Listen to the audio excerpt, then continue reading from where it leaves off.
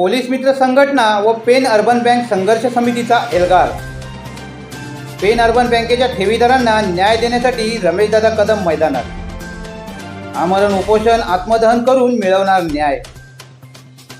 गेली 14 वर्ष आपल्या कष्टाच्या पुंजीरूपी पैशाची वाट बघून अनेक ठेवीदार इहलोकी गेले, तरीही पेन अर्बन बँकेचा वनवास अद्याप संपला नाही। 1,58,280 ठेवीदार व सभासदांच्या 270 करोड रुपयांना चुना लावून गिळकृत करून अनेकाचे संसारे उद्ध्वस्त झाल्याने संपूर्ण रायगड जिल्हा देशोधडीला लागला। पैसे परत मिळवण्यासाठी चुकीच्या मार्गाने झालेल्या दिशाहीन आंदोलनामुळे हे प्रकरण केंद्रात जाऊन पोहोचल्याने केंद्रात व राज्यात सत्तेत असलेल्या पक्षाने याचा तिढा सोडवून न्याय देण्याची गरज होती, परंतु अद्यापही या बाबतीत काही निर्णय झाला नाही। म्हणूनच आता पेन अर्बन बँकेच्या ठेवीदारांना न्याय देण्यासाठी पोलीस मित्र संघटनेचे प्रदेशाध्यक्ष डॉक्टर सुनील भाऊ पाटील आणि प्रदेश उपाध्यक्ष रमेशदादा कदम व पेन अर्बन बँक संघर्ष समिती मैदानात उतरले असून सोमवार दिनांक 30 सप्टेंबर 2024 पासून पोलीस मित्र संघटनेचे प्रदेश उपाध्यक्ष रमेश कदम कर्जतमध्ये ठिय्या, आमरण उपोषण व आत्मदहन आंदोलन करणार आहे। पोलीस मित्र संघटना व पेन अर्बन बँक संघर्ष समितीच्या आंदोलनातील प्रमुख 6 मागण्या आहेत। यामध्ये प्रामुख्याने ठेवीदारांचे विमा कवचाचे 5 लाख रुपये ठेवीदारांना मिळवून देत नाही तोपर्यंत हे आंदोलन सुरूच राहणार आहे। पोलीस मित्र संघटनेचे प्रदेश उपाध्यक्ष रमेशदादा कदम यांचे हे 24वे आमरण उपोषण आंदोलन असून विधानसभेच्या निवडणूकपूर्व रायगडच्या नागरिकांसाठी पेन अर्बन बँकेच्या ठेवीदारांना न्याय देण्यासाठी पुकारलेल्या आंदोलनाची दखल महाराष्ट्र सरकार नक्कीच घेईल, अन्यथा यावेळी निवडणुकीत त्याचा फटका राज्यकर्त्यांना बसेल असा इशारा देखील प्रदेश उपाध्यक्ष रमेशदादा कदम यांनी दिला आहे। त्यामुळे या आंदोलनाकडे संपूर्ण रायगडचे लक्ष लागून आहे।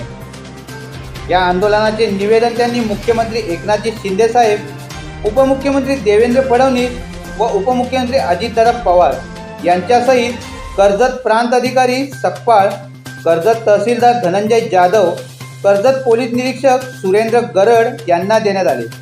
यावेळी निवेदन देताना पोलीस मित्र संघटनेचे प्रदेशाध्यक्ष तथा खोपोलीचे माजी नगराध्यक्ष डॉक्टर सुनील पाटील, प्रदेश उपाध्यक्ष रमेशदादा कदम, पेन अर्बन बँक संघर्ष समितीचे प्रदीप शहा, मोहन सुर्वे व त्यांच्यासोबत असंख्य पदाधिकारी उपस्थित होते।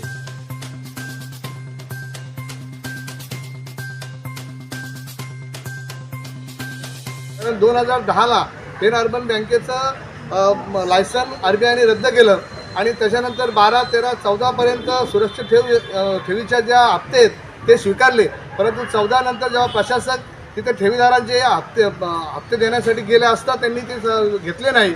त्यांनी कारण असं सांगितलं की 2010ला हा तुमचा परवाना रद्द झाला, त्यामुळे आम्ही विमा सुरक्षेचे हप्ते घेऊ शकत नाही। परंतु मी या बाबतीमध्ये सर्व प्रशासकीय अधिकारी असतील, आम्ही कोण तज्ज्ञ नाही, पण तज्ज्ञ असतील, काही प्रशासक असेल, आपण जर पाहिलं तर किती मोठा अन्याय हा ठेवीदारांना झालेला आहे। जर 2010ला जर परवाना रद्द झाला तर मग 12, 13, 14ला तुम्ही जर हप्ते विमा पॉलिसीचे घेतले आणि मग जर का तुम्ही आत्ताचे हप्ते घेत नाही, ते जर घेतले असते तर आज विमा कवचसाठी आज उपोषण करण्याची गरज पडली नसती। आणि ह्याच अनुषंगाने जर रुबीला दिले त्याप्रमाणे आजही आमची प्रमुख मागणी महत्त्वाची आहे, सर्व ठेवीदारांना पैसे मिळालेच पाहिजे, त्यांच्या ठेवी मिळाल्या, त्यांच्या कष्टाच्या ठेवी आहेत। आतापर्यंत हजारो ठेवीदार गेले आणि आता ज्या ठेवी आहेत त्यांच्या मालमत्ता विकून किंवा त्यांचं कुठल्या प्रकारचे शासनाने नियोजन करून तर ठेवी पण त्यांना द्यावा आणि आमचा विमा कवच हा मिळावा। त्या जर का दिला तर आम्ही आमच्या आंदोलनाचा स्थगित करण्याचा विचार करू, अन्यथा विचार होणार नाही। 100% 30 तारखेला आम्ही आंदोलन सुरू करणार। 5 लाख मिळस्तोवर कुठलाही पर्याय नाही, उपोषण हाच पर्याय आमच्या पुढे आणि ते पूर्ण झाल्याशिवाय, बँकेत पैसे जमा झाल्याशिवाय, DIGCने आम्हाला पैसे दिल्याशिवाय आम्ही थांबणार नाही। गेले अनेक वर्ष पेन अर्बन संघर्ष समितीचा हा लढा ठेवीदारांसाठी सुरू होता।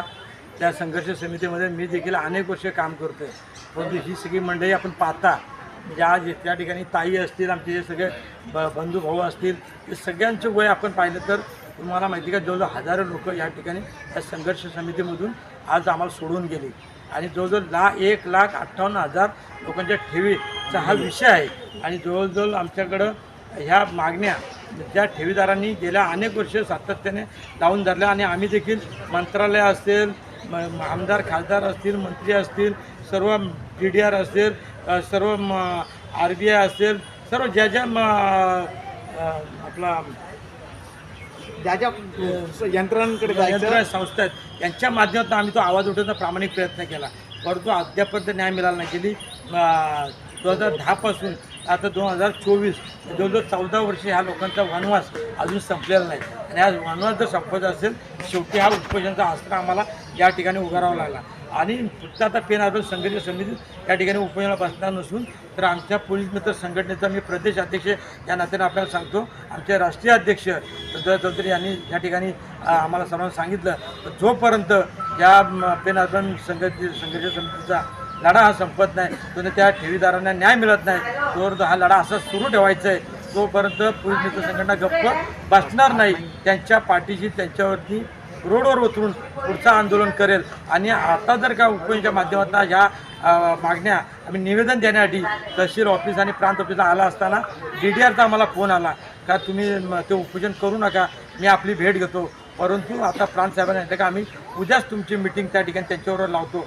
तर ती मिटिंग झाली आणि आमच्या ज्या 6 मागण्या आहेत त्या 6 मागण्या जर त्यांनी त्या मान्य केल्या, देण्याचं अभिवचन दिलं तर त्यांना आम्ही अवधी देऊ, नाही तर आम्ही अवधी देऊन खूप उशीर झालेला आहे. परंतु आता पुन्हा त्यांना आम्ही संधी देणार नाही. शेवटी किती आपण अंत पाहणार आहोत. या सरकारने या प्रशासनाने याचं गांभीर्याने लक्ष दिलं पाहिजे आणि या ठेवीदारांना न्याय मिळवून दिला पाहिजे, एवढी आमची प्रमुख मागणी पोलीस मित्र संघटनेच्या वतीने आणि आमच्या पेन अर्बन संघर्ष समितीच्या वतीने राहील, एवढंच आपल्या वतीने सांगतो. आणि आमचे जे काही उपाध्यक्ष पोलीस मित्र संघटनेचे रमेश कदम आहेत त्या ठिकाणी 30 तारखेला त्यांच्यासमेत आमची मंडळी देखील उपोषणाला बसणार आहेत, एवढंच आपल्या माध्यमातून सांगतो. जोपर्यंत हा न्याय मिळत नाही तोपर्यंत पोलीस मित्र संघटना त्यांच्या पाठीशी राहील, एवढंच आपल्या माध्यमातून मी सांगतो.